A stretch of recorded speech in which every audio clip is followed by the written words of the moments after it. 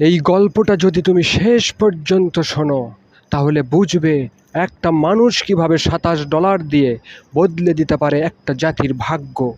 তোমার চারপাশের সবাই যখন বলবে অসম্ভব, তখন একটা নাম মনে করো যে প্রমাণ করেছিল অসম্ভব বলে কিছু নেই।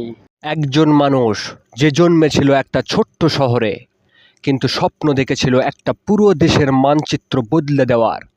সে বলেছিল দারিদ্র কোনো মানুষের চিরস্থায়ী পরিচয় হতে পারে না।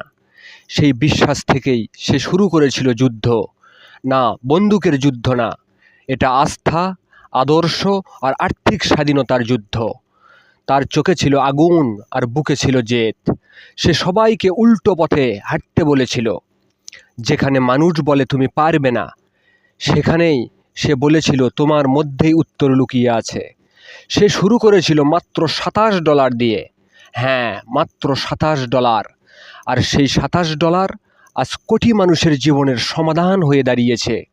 সে একটা ব্যতিক্রমী প্রতিষ্ঠান গড়েছিল, যা ব্যাংকের মতো, কিন্তু বড়লোকদের জন্য না, বরং তাদের জন্য যাদের নাম থাকে না ক্রেডিট লিস্টে, যাদের স্বপ্নগুলো হাওয়ায় মিলিয়ে যায় দারিদ্র্যের ভারে। বিশ্ব একদিন তাকিয়েছিল এই ক্ষুদ্র মানুষটার দিকে আর বলেছিল, তোমাকে শান্তির প্রতীক হিসেবে আমরা স্বীকৃতি দিচ্ছি। সে পেয়েছিল বিশ্বের সর্বোচ্চ সম্মান, কিন্তু তার চোখে ছিল না গর্বের চশমা, ছিল মানুষের জন্য ভালোবাসা। তুমি কি জানো এই গল্পটা কার? কমেন্টে লেখো। তোমার কি ধারণা, কে এই মানুষটা?